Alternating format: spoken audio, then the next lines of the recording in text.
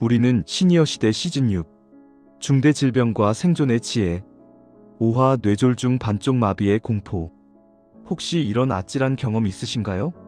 갑자기 한쪽 팔다리에 힘이 쭉 빠지거나 말을 하려는데 혀가 굳은 듯 어눌해지거나 세상이 빙글빙글 돌며 몸의 중심을 잡을 수 없었던 순간. 그리고 혹시 뇌졸중은 아닐까? 쓰러지면 반쪽 마비가 오는 건 아닐까?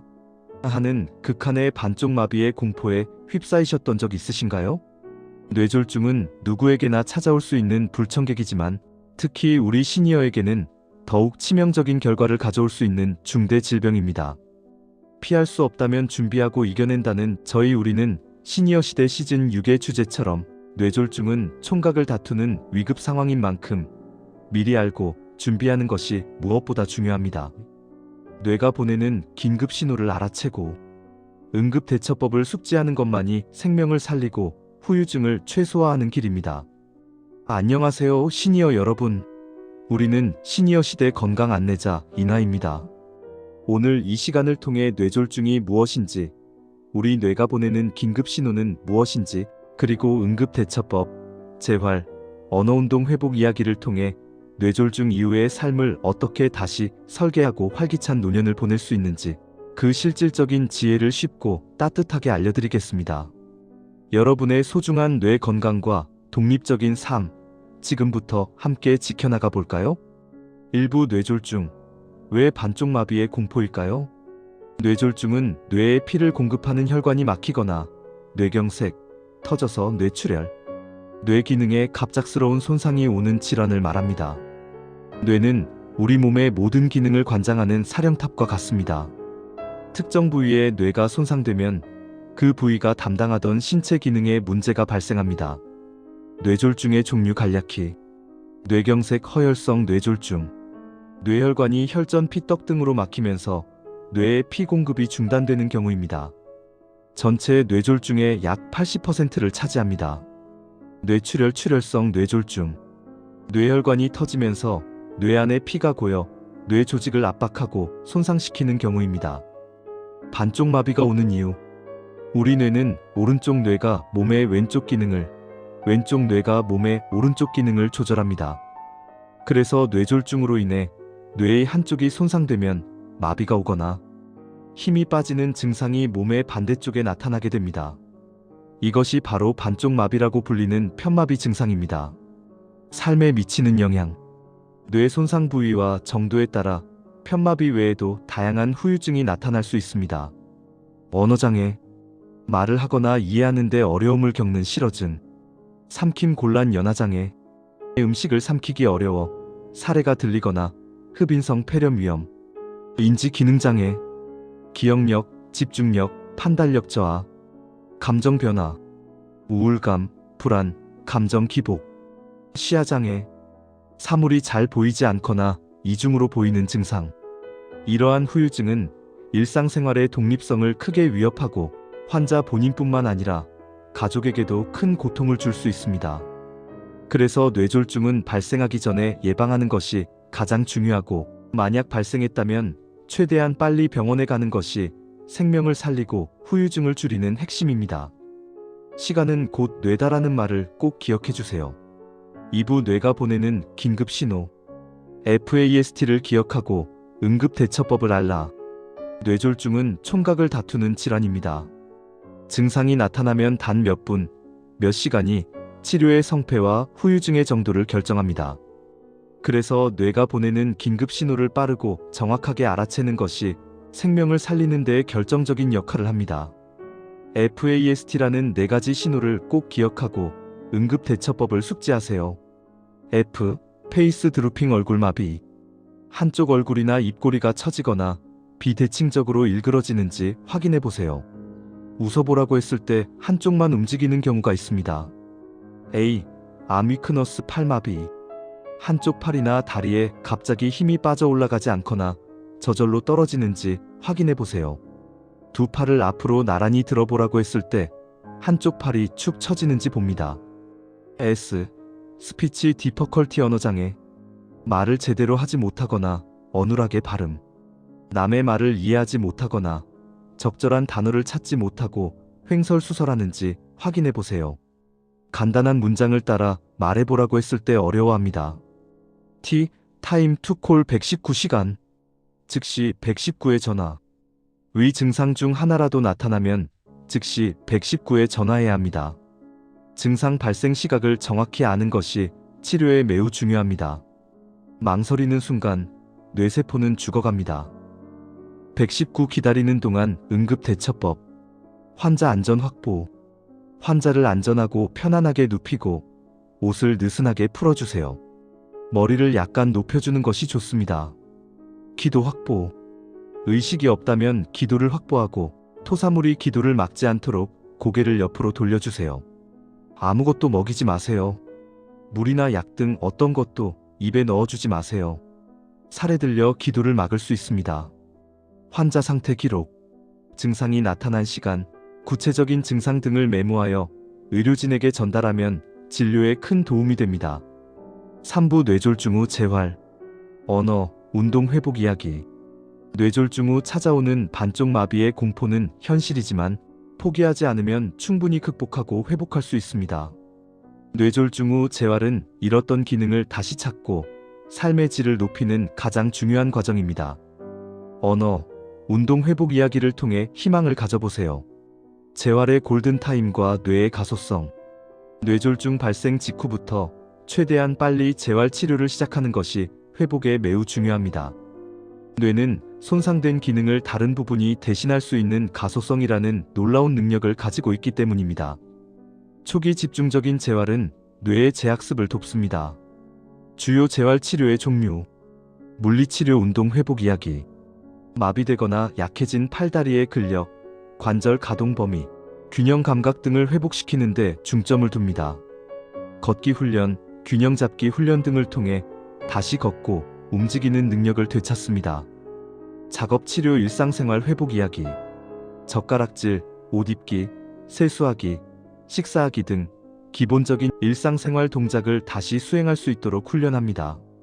독립적인 생활을 가능하게 합니다. 언어 치료 언어 회복 이야기. 이 말을 하거나 이해하는데 어려움을 겪는 실어증 환자를 위한 치료입니다. 발음 연습, 단어 찾기, 문장 만들기 연습 등을 통해 의사소통 능력을 회복하고 삼킴 곤란, 연화장애 환자를 위한 연화재활도 중요합니다. 인지재활, 기억력, 집중력, 판단력 등 저하된 인지 기능을 개선하기 위한 훈련입니다. 꾸준함과 반복의 중요성. 재활은 길고 힘든 여정일 수 있습니다. 하지만 포기하지 않고 매일 꾸준히 반복하는 것이 중요합니다. 작은 움직임 하나하나가 모여 큰 회복을 이끌어낼 수 있습니다. 집에서도 환자 스스로 또는 가족의 도움을 받아 꾸준히 연습하는 것이 필요합니다.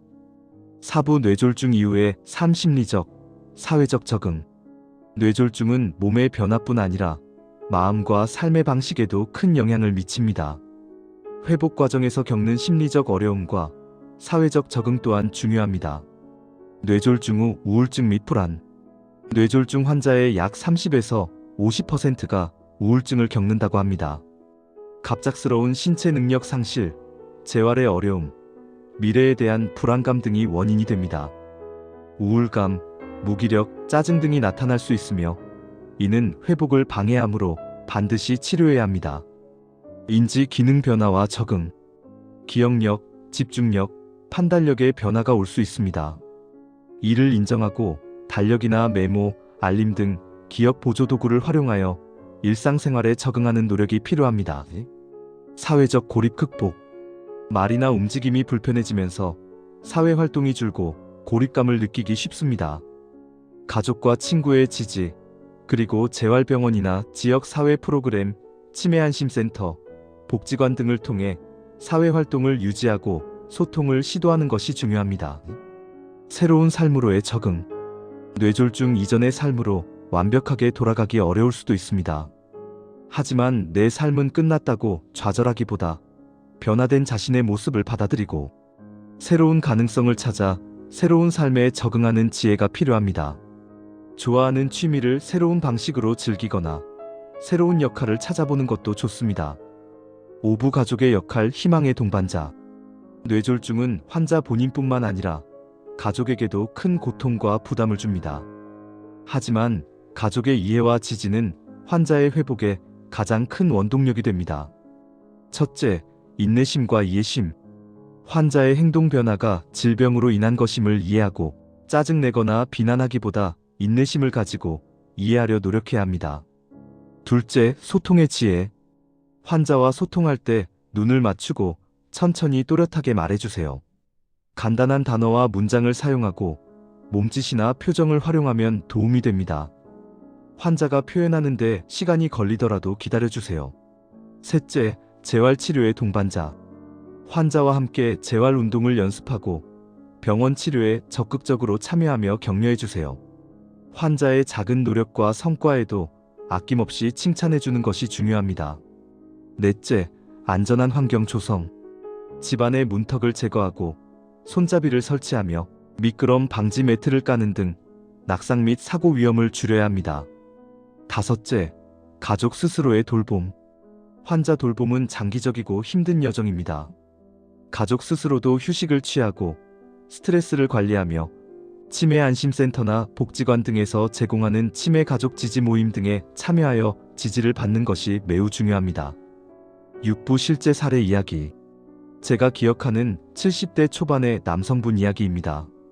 이분은 고혈압을 앓고 계셨지만 관리에 소홀하셨다고 합니다. 어느 날 아침 잠에서 깨어보니 왼쪽 팔다리에 힘이 쭉 빠지고 말도 어눌하게 나왔다고 합니다. 반쪽 마비의 공포가 현실이 된 순간이었죠.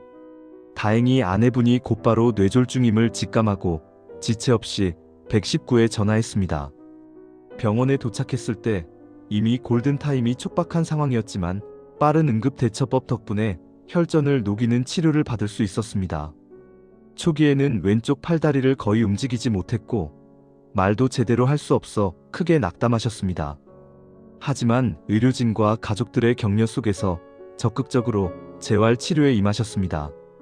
매일 고통을 참아가며 물리치료, 작업치료, 언어운동 회복 이야기를 위해 노력하셨고 가족들도 옆에서 꾸준히 운동을 돕고 대화를 시도했습니다. 6개월 후 그분은 지팡이를 짚고 스스로 걸을 수 있게 되었고 말도 훨씬 유창하게 할 수 있게 되셨습니다. 비록 완벽하게 예전으로 돌아간 것은 아니지만 일상생활의 대부분을 스스로 해결하며 다시 독립적인 삶을 살아가고 계십니다. 그분은 아내의 빠른 판단과 포기하지 않은 재활이 저를 다시 살렸다고 하시며 뇌졸중 이전과 달라진 삶이지만 이 새로운 삶도 충분히 가치 있다고 말씀하셨습니다. 이분처럼 여러분도 뇌졸중이라는 큰 산 앞에서 절망하지 말고 조기 진단과 적극적인 관리 그리고 사랑하는 가족의 지지 속에서 다시 활기찬 삶을 누릴 수 있습니다. 중요한 것은 피할 수 없다면 준비하고 이겨낸다는 마음가짐입니다. 자, 오늘 이야기 정리해 볼까요? 뇌졸중은 뇌혈관 문제로 인한 반쪽 마비의 공포를 유발할 수 있으며 총각을 다투는 위급 질환이다.